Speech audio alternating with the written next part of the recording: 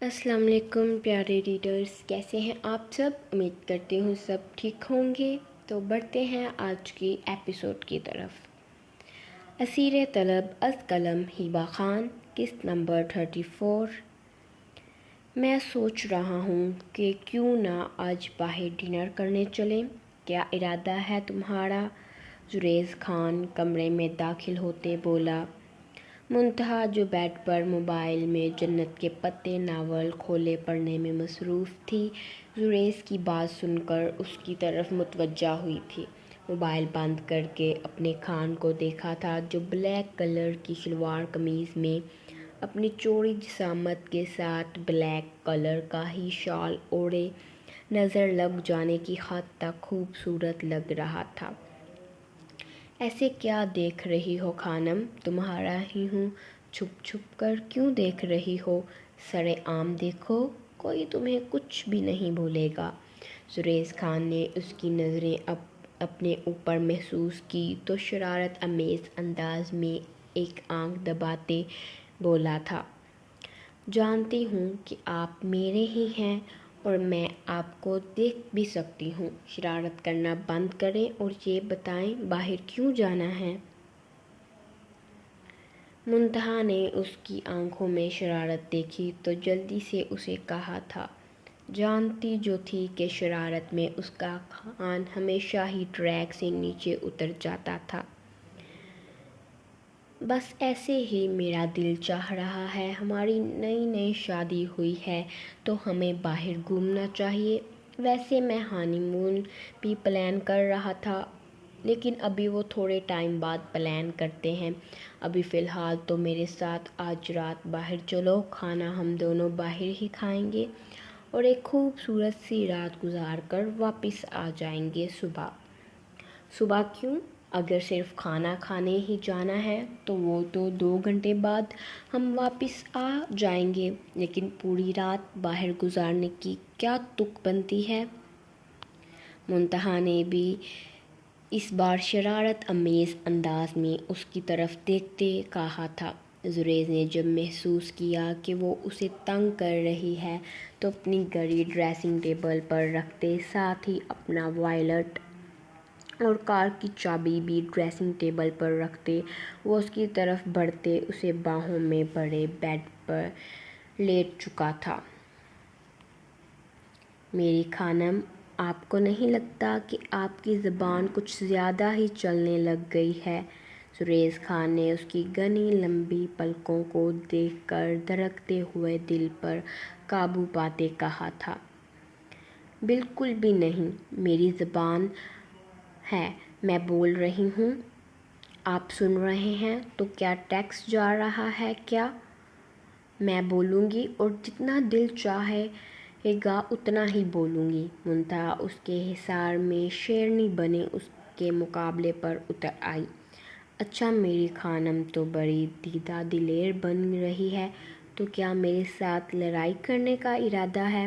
زریز نے زندگی سے بھرپور مسکراہٹ اپنے چہرے پر سجا کر کہا تھا، ہاں جی بالکل، اگر آپ میرے ساتھ لڑائی کریں گے تو میں بھی چپ بالکل بھی نہیں بیٹھوں گی۔ اب چھوڑیں مجھے، آپ جا کر موڑے لوگوں کو بتائیں کہ ہم باہر جائیں گے اور میں جلدی سے تیار ہو کر آتی ہوں۔ منتہا نے اس کی آنکھوں میں جذبات کا ٹھاٹھے مارتا سمندر دیکھا تو جلدی سے کہا تھا، خطرے کی گھنٹیاں اسے اپنے ارد گرد بجتی محسوس ہو رہی تھیں۔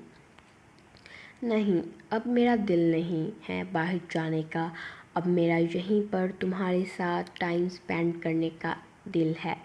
کمرے کے اندر ایک بیڈ پر بس زریز نے اس کے سفید سے معصومیت بھرے چہرے کو دیکھتے ہوئے کہا تھا، کیوں ابھی تو آپ کہہ رہے تھے کہ باہر جائیں گے، اتنی جلدی آپ کا ارادہ بدل گیا؟ مجھے نہیں پتا، اب ہم باہر ہی جائیں گے، منتہا نے ضدی انداز میں کہا تھا، ساتھ ہی اپنے ہاتھ کا مکہ بنا کر اس کے دل پر مارا تھا۔ آہ ظالم لڑکی، مار ڈالا، زریز خان نے منسوخی کراہ بھرتے کہا تھا۔ بس کریں، زیادہ نخرے مت کریں، اتنی بھی نہیں لگی آپ کو؟ اب جلدی سے اٹھیں اور جا کر موڑے اور بابا لوگوں کو بتائیں کہ ہم باہر جائیں گے، اور میں بھی جلدی سے تیار ہوتی ہوں، چھوڑیں مجھے۔ کتنے سخت ہاتھ ہیں آپ کے، منتہا کہتے ساتھ ہی اس کی باہوں سے آزاد ہو کر تیار ہونے جانے والی تھی، لیکن زریز خان جان بوجھ کر اس کی کمر کے پر اپنے ہاتھ کا دباؤ بڑھاتے اس کے حصار کو مزید تنگ کر گیا۔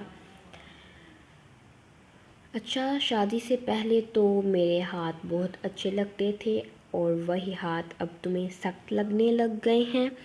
دیکھ رہا ہوں میں، دل بڑھ رہا ہے نا تمہارا، زریز نے جان بوجھ کر ڈرامٹک انداز میں کہا تھا، اور اس کی اداکاری کو دیکھتے ہوئے منتہا اش اش کر اٹھی۔ آپ کو نہ زیادہ بننے کی ضرورت نہیں۔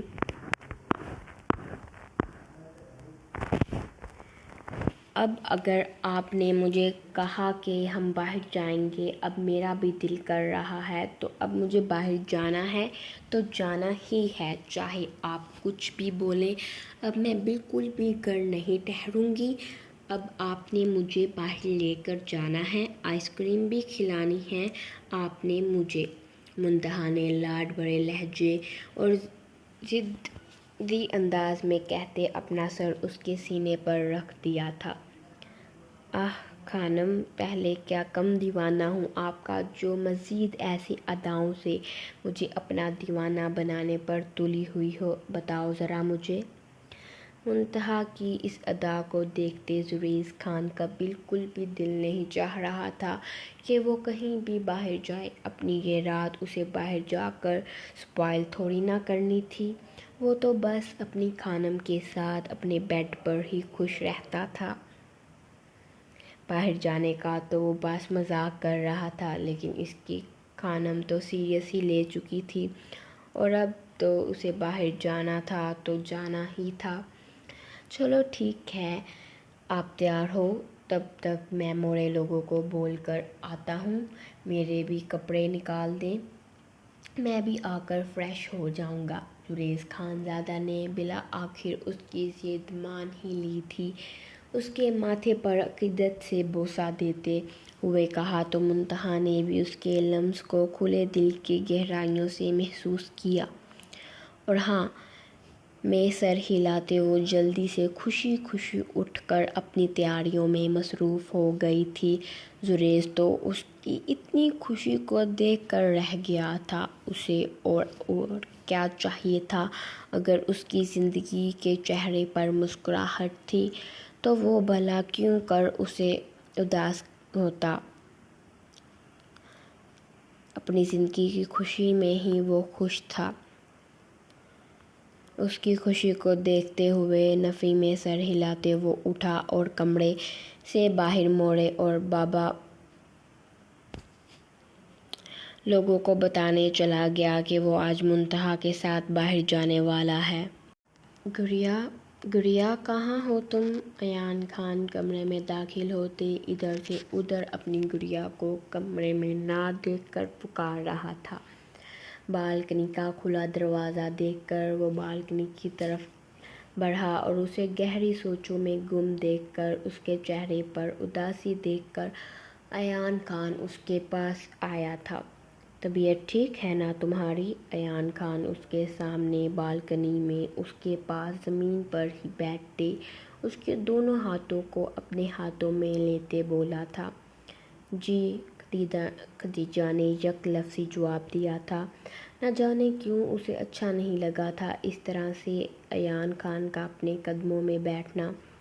تو پھر سوات کے اتنے ٹھنڈے موسم میں تم بالکنی میں بیٹھی کیا کر رہی ہو؟ طبیعت خراب کرنے کا ارادہ ہے کیا؟ چلو اندر، چلو میرے ساتھ، ایان خان نے کہا اور اٹھ کر اسے اندر لے کر جانا چاہا، لیکن اس سے پہلے ہی خدیجہ نے نفی میں سر ہلا کر اسے ایسا کرنے سے روکا۔ کیا ہوا ہے یار، اداس کیوں ہو؟ مجھے بتاؤ۔ ایان خان نے بے بسی سے اپنی گڑیا کی طرف دیکھا۔ تھا جس کے چہرے پر اداسی صاف دکھائی دے رہی تھی۔ کچھ نہیں، بس مجھے تھوڑی دیر کے لیے یہاں اکیلا چھوڑ دیں۔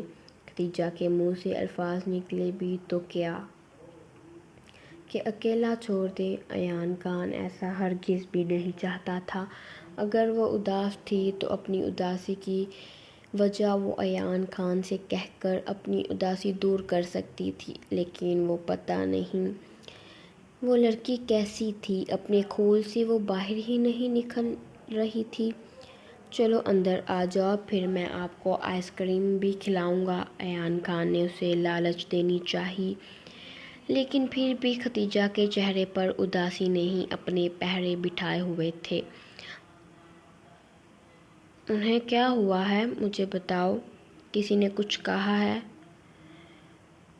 اسے بالکل چپ بیٹھا دیکھ کر اور اپنی بات کا جواب نہ دیکھ کر ایان خان نے دوبارہ سے کہا تھا۔ اس کی بات سن کر خدیجہ نے جلدی سے نفی میں سر ہلایا تھا، مبادا وہ خود سے ہی کہیں کچھ غلط آخذ نہ کر لے۔ تو پھر میری جان اس طرح سے چپ کیوں بیٹھی ہو؟ مجھے بتاؤ نا، کیا ہو گیا ہے؟ کچھ چاہیے کیا آپ کو؟ ایان خان نے اب کی بار اپنے دونوں ہاتھوں سے اس کا چہرہ تھاما، اس کی آنکھوں کو اپنی آنکھوں کی طرف دیکھنے پر مجبور کر دیا۔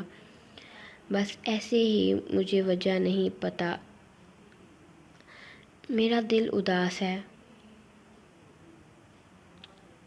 ایان خان کی آنکھوں میں دیکھ کر وہ ٹرانس کی کیفیت میں اپنی کیفیت سے اسے آگاہ کر گئی تھی۔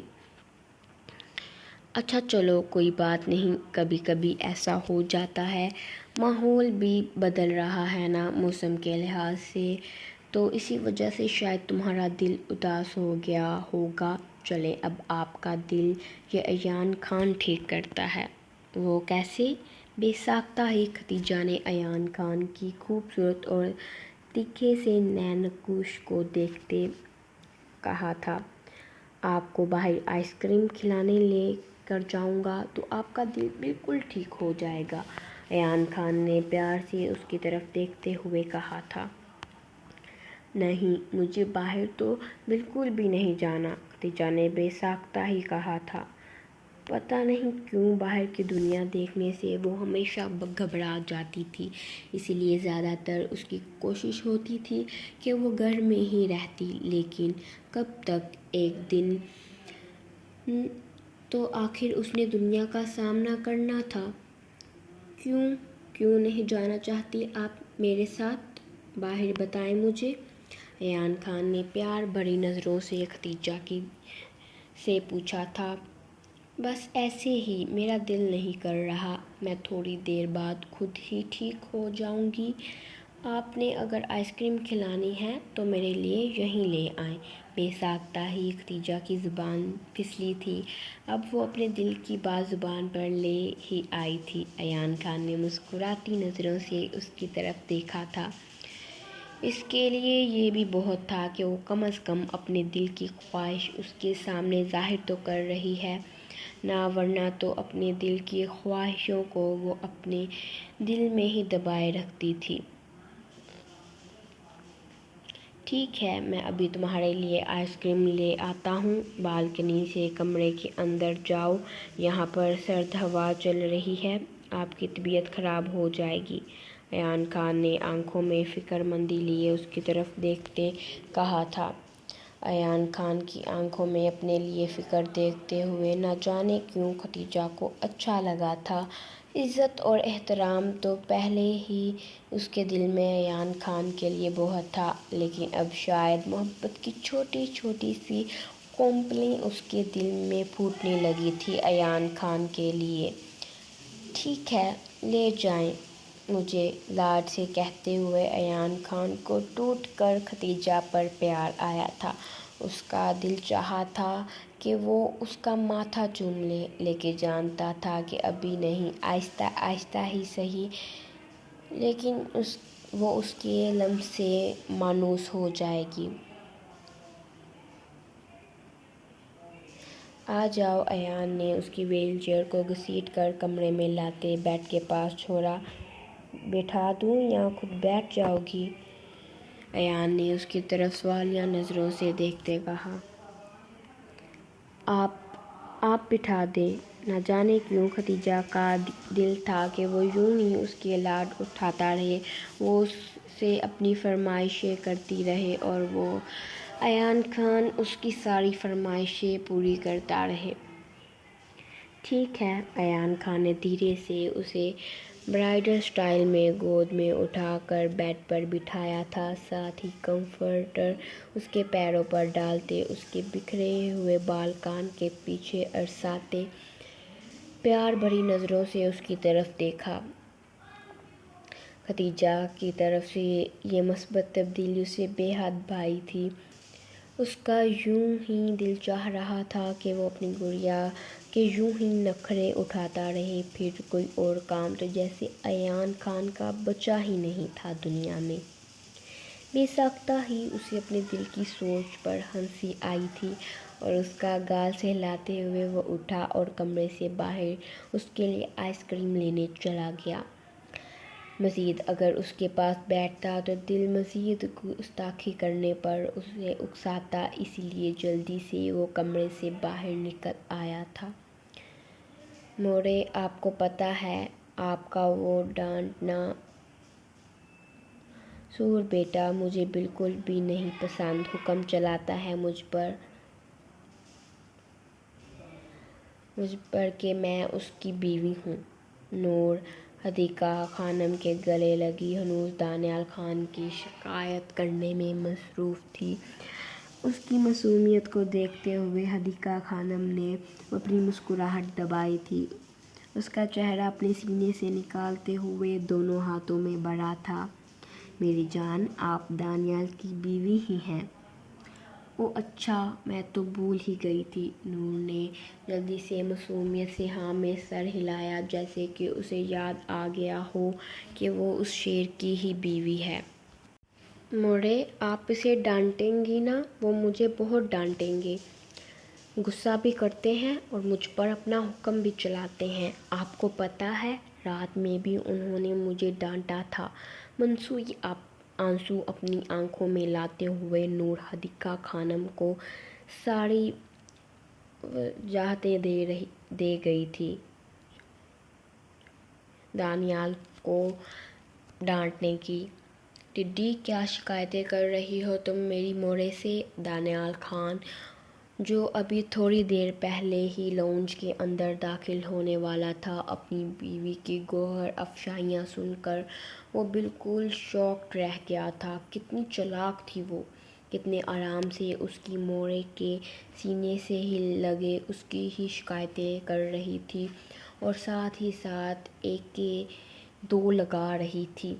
جھوٹ بھی وہ فل اپنی باتوں میں استعمال کر رہی تھی اور اس کے مگرمچھ کے آنسو کو دیکھتے ہوئے اس کی بس ہوئی تھی، اس لیے جلدی سے آ کر اسے ٹوکا۔ دیکھا آپ نے موڑے، کس طرح مجھے اس نام سے پکارتا ہے۔ آپ بھی ڈائناسور ہو جائیں، میں نہیں کرتی بات آپ سے۔ موڑے، ڈانٹیں انہیں اور کہیں کہ مجھے آئندہ اس نام سے نہ بلایا کریں۔ نور غصے میں ہی آ گئی تھی۔ غصے سے ناک کو پھلاتے ہوئے وہ اس قدر معصوم لگ رہی تھی کہ بے ساختہ حدیقہ خانم نے اس کا ماتھا چوما تھا۔ دانیال، کتنی بار کہا ہے کہ مت بلایا کرو اسے اس نام سے، اگر وہ چڑھتی ہے تو۔ حدیقہ خانم نے دانیال کی طرف دیکھتے ہوئے منسوئی سا ڈانٹا تھا۔ موڑے، دانیال کا تو سچ میں ہی منہ کھل گیا تھا۔ ایک تو غلطی بھی اس کی نہیں تھی، اوپر سے اس کی موڑے اسی کو ڈانٹ رہی تھی۔ صدمہ تو لگنا تھا نا، اور اس کی ٹڈی بیوی اس کے ڈانٹنے پر بڑے ہی مزے سے منہ کھولے مسکرا کر اسے دیکھ رہی تھی۔ اور یہ جو مجھے ہر وقت کسی کے سامنے ڈائناسور بولتی رہتی ہے، تب تو آپ کچھ بھی نہیں کہتی، اور اب اگر ایک بار میں نے آپ کے سامنے اسے ٹڈی کیا بول دیا تو آپ مجھے ڈانٹنے لگ گئی ہیں۔ دانیال خان بھی اب کی بار برابر مقابلہ کرنے پر اتر آیا۔ ہاں تو میں نے تو صرف موڑے کے سامنے بولا ہے، کسی اور کے سامنے نہیں، سب کے سامنے آپ کی عزت کرتی ہوں۔ نور بھی بلا کہاں چپ رہنے والوں میں سے تھی، وہ بھی دو بدو جواب دیتے دانیال خان کے مقابل آئی تھی۔ تو کیا میں نے پورے سوات کو کہا ہے کہ میری بیوی ٹڈی ہے؟ اب کی بات دانیال خان نے بڑے مزے سے کہتے ہوئے ٹانگ پر ٹانگ رکھ کے صوفے پر بیٹھے اسے جلانے والے انداز میں کہا تھا۔ تو میں نے بھی پورے پاکستان میں اعلان تھوڑی نہ کروایا ہے کہ میرا شوہر ڈائناسور ہے۔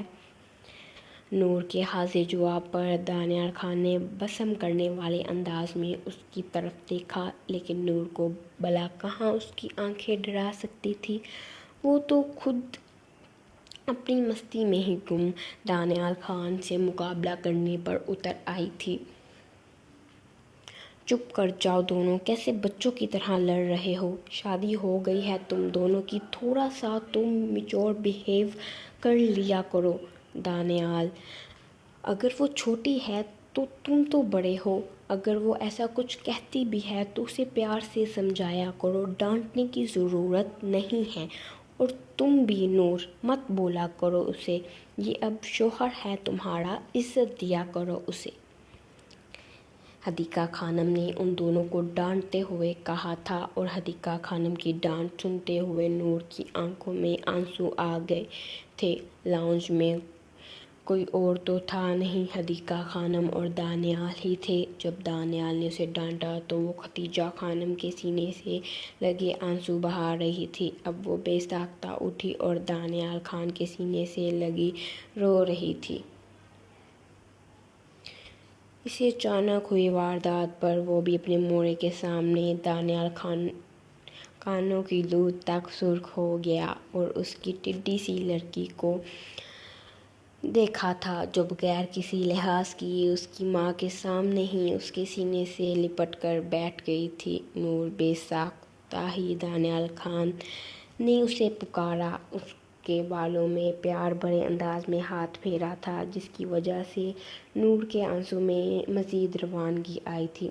موڑے نے مجھے ڈانٹا، موڑے بہت ہی گندی ہیں۔ دانیال خان کے سامنے سو کرتے ہوئے دانیال خان کو بے حد کیوٹ لگی تھی۔ اس کا اس طرح سے حق بھرے انداز میں اس کے پاس آ کر اس کے سینے سے لگنا نہ جانے کیوں، لیکن دانیال خان کے دل میں اس کے لیے سافٹ سا کارنر پیدا کر گیا۔ حدیقہ خانم تو نور کو دیکھتی ہی رہ گئی اور اپنے بیٹے کو شرمندہ دیکھ وہ خود بھی شرمندہ ہوتی جلدی سے کمرے میں چلی گئی۔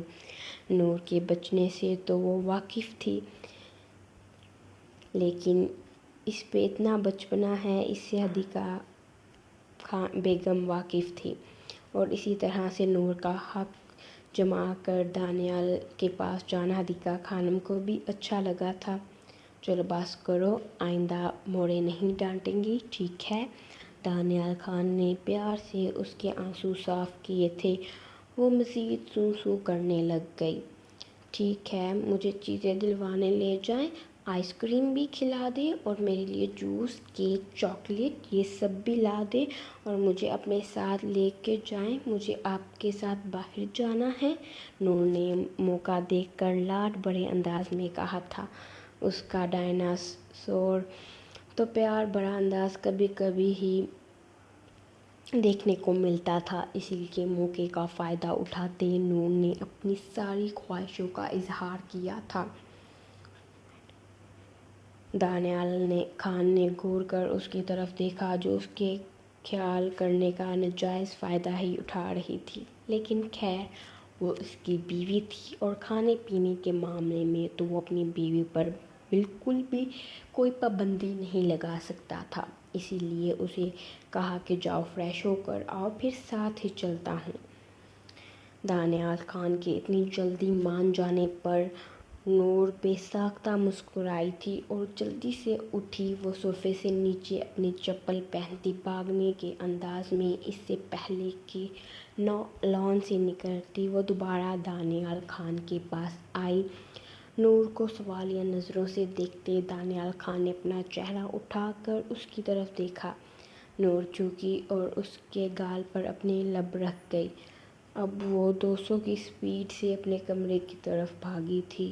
دانیال خان بالکل ساکت اپنی جگہ پر بیٹھا رہ گیا۔ یہ لڑکی اسے اتنی آسانی سے اپنے جال میں نہیں پھنسا سکتی تھی۔ بے ساختہ ہی دانیال خان کے دل نے اسے چلا کر ہوش دلانا چاہا کہ نکل آؤ اس لڑکی کے شہر سے، وہ شرارتی چڑیل ہے، چڑیل کہیں کی۔ بے ساختہ ہی دانیال خان نے اپنا ہاتھ اپنی اسی گال پر رکھا جہاں پہ تھوڑی دیر پہلے نور اپنی لب رکھ کر گئی تھی۔ مسکراتے ہوئے وہ اس کی شہر میں جیسے پھنس چکا تھا۔ اتنی بھی بری نہیں ہے، بالوں میں ہاتھ پھیرتے مسکرا کر اپنا موبائل سکرولنگ کرنے میں مصروف ہو گیا۔ ساتھ ہی ساتھ وہ اپنی ٹڈی بیوی کا انتظار بھی کر رہا تھا۔ امید کرتی ہوں پیارے ریڈرز آپ کو آج کی ایپیسوڈ پسند آئی ہوگی۔ کل انشاءاللہ ایپیسوڈ اپلوڈ ہوگی۔ اپنی دعاؤں میں یاد رکھیے گا۔ اللہ حافظ۔